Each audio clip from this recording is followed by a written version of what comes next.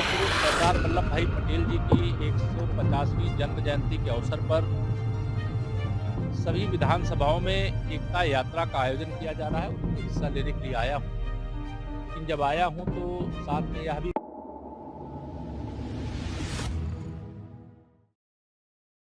लौह पुरुष सरदार वल्लभ भाई पटेल की 150वीं जयंती पर उप मुख्यमंत्री केशव प्रसाद मौर्य ने चिरगांव में भव्य एकता मार्च निकालकर राष्ट्रीय एकता और अखंडता का संदेश दिया। रैली में हजारों की संख्या में पुरुष, महिलाएं और बच्चे तिरंगा लहराते हुए शामिल हुए, जिससे पूरा क्षेत्र देशभक्ति के रंग में रंग गया। रैली का मार्ग राष्ट्र कवि मैथिली शरण गुप्त से महेवा मार्ग तक निर्धारित किया गया था, जहाँ जन सैलाब उमड़ पड़ा। कार्यक्रम के दौरान मंच पर बबीना विधायक राजीव सिंह परीक्षा तथा गरौठा विधायक जवाहर सिंह राजपूत भी मौजूद रहे। अपने संबोधन में उप मुख्यमंत्री मौर्य ने विपक्षी पार्टियों पर जमकर निशाना साधा और विकास के मुद्दों पर सरकार की प्रतिबद्धता दोहराई। वहीं दोनों विधायकों ने क्षेत्र से बड़ी संख्या में पहुंचे जनता का आभार व्यक्त किया। पूरी रैली में सुरक्षा के कड़े इंतजाम किए गए थे। पुलिस के आला अधिकारी स्वयं सुरक्षा व्यवस्था की निगरानी में तैनात रहे, जिससे कार्यक्रम शांतिपूर्वक और सफलता पूर्वक सम्पन्न हुआ। झांसी से पंकज रावत की रिपोर्ट।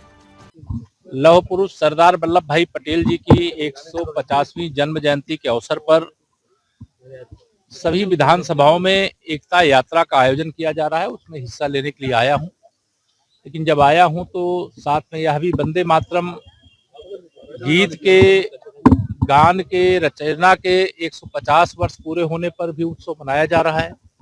भगवान बिरसा मुंडा जी की जन्म जयंती का समारोह भी मनाया जा रहा है। साथ में आत्मनिर्भर भारत को लेकर के भी हमारा कार्यक्रम चल रहा है। एक भारत श्रेष्ठ भारत को लेकर के भी चल रहा है।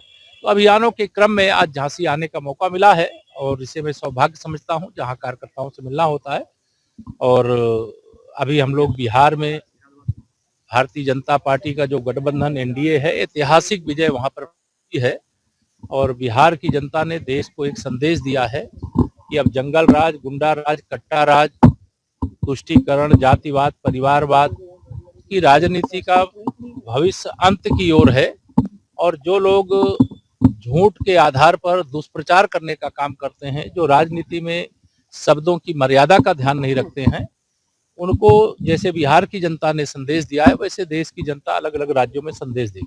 सर, अखिलेश जी कह रहे हैं कि अब बिहार तो जीत लिया है, भाजपा को यूपी में नहीं जीतने देंगे। श्री अखिलेश यादव जी के बूते की बात नहीं है। श्री राहुल गांधी जी के रास्ते पर वो चलने की बात कर रहे हैं। वह भी भाजपा को देश में जीतने से रोकना चाहते थे, लेकिन भाजपा को रोक नहीं पाए। मोदी जी को प्रधानमंत्री बनने से तीसरी बार नहीं रोक पाए। और बिहार हो, उत्तर प्रदेश हो या देश का कोई राज्य हो, लोकसभा चुनाव के बाद भी हम लोग हरियाणा जीते, हम लोग महाराष्ट्र जीते, हम लोग दिल्ली जीते, अभी बिहार भी जीते और आगे हम लोग केरल से लेकर के, तमिलनाडु से लेकर के, आसाम से लेकर के पश्चिम बंगाल भी जीतेंगे।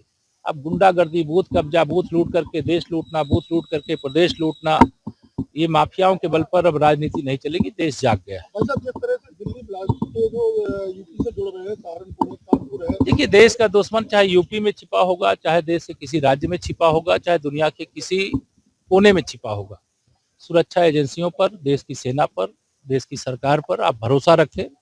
आतंकवाद से मुक्त, नक्सलवाद से मुक्त, जातिवाद, उग्रवाद और तुष्टीकरण से मुक्त भारत बनने की ओर आगे बढ़े। हर इंस्टीट्यूशंस में आ रही है। ये चिंता की बात है कि जो पढ़े लिखे हैं उन लोगों ने यह रास्ता चुना है। और लेकिन अच्छा होता कि वो यह रास्ता चुनने की जगह जिसके लिए पढ़ाई की वो काम करते। लेकिन अगर आतंकवादी बनने की कोशिश कोई पढ़ लिख करके भी करेगा तो उसका भी वही हश्र होगा जो बाकी का हो रहा है। बिहार में, लेकिन लालू का परिवार भी बिखर गया पूरी तरह से। देखिए, परिवारवाद की राजनीति के अंत की ये शुरुआत है और वो पहले उत्तर प्रदेश में भी एक तरह से ये श्री मुलायम सिंह यादव जी का भी परिवार बिखरा ही है। वहाँ लालू प्रसाद यादव जी का परिवार बिखर रहा है और बाकी परिवारवादी राजनीति करने वालों के परिवार भी बिखरेंगे। लेकिन ये पारिवारिक समस्या है, वह हमारी राजनीति की समस्या नहीं है। लेकिन हम देश के हित में, प्रदेशों के हित में अच्छा काम कर रहे हैं माननीय प्रधानमंत्री श्री नरेंद्र मोदी जी के नेतृत्व और मार्गदर्शन में, और आगे करेंगे।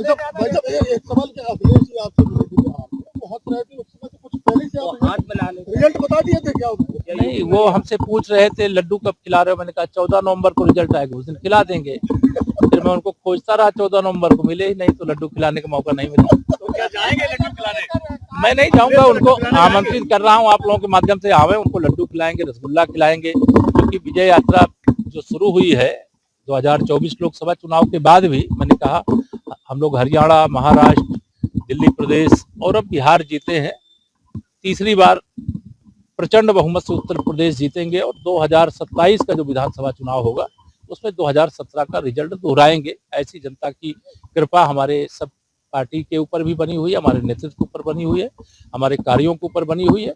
लेकिन ये जितने भी भाजपा विरोधी अपने को मानते हैं, वह सोचते हैं परिश्रम भाजपा का कार्यकर्ता करे और चुनाव जो कोई काम नहीं करते जनता के बीच में वो जीते, तो ये अब नहीं हो सकता। एसआईआर को लेकर तमाम बातें कर रहे हैं, अखिलेश यादव कह रहे हैं कि बिहार में बिना कमीना और अब यूपी में देखिए, मतदाता सूची का शुद्धिकरण का अभियान लोकतंत्र का पवित्र महायज्ञ है और इसका जो विरोध किए श्री राहुल गांधी ने वोट चोरी का मुद्दा बिहार में उठाया, कहाँ गई उनकी पार्टी? 6 सीटों पे सिमट गई, वो तालाब में कूद गए।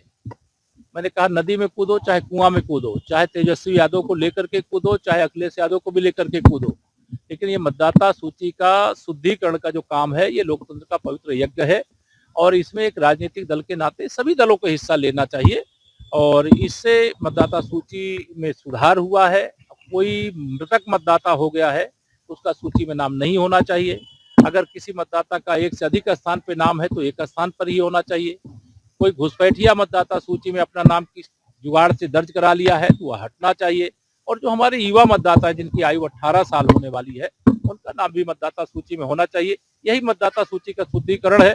जब शुद्धिकरण का अभियान चलता है, ये कांग्रेसी हो, सपाई हो, रजत वाले हो, टीएमसी वाले हो, कहीं हम हिस्सा नहीं लेंगे और जब शुद्धिकरण का काम हो जाएगा तो उस पर आरोप लगाएंगे। तो इस आरोप को जनता नकार चुकी है और बिहार से संदेश दे चुकी है। धन्यवाद।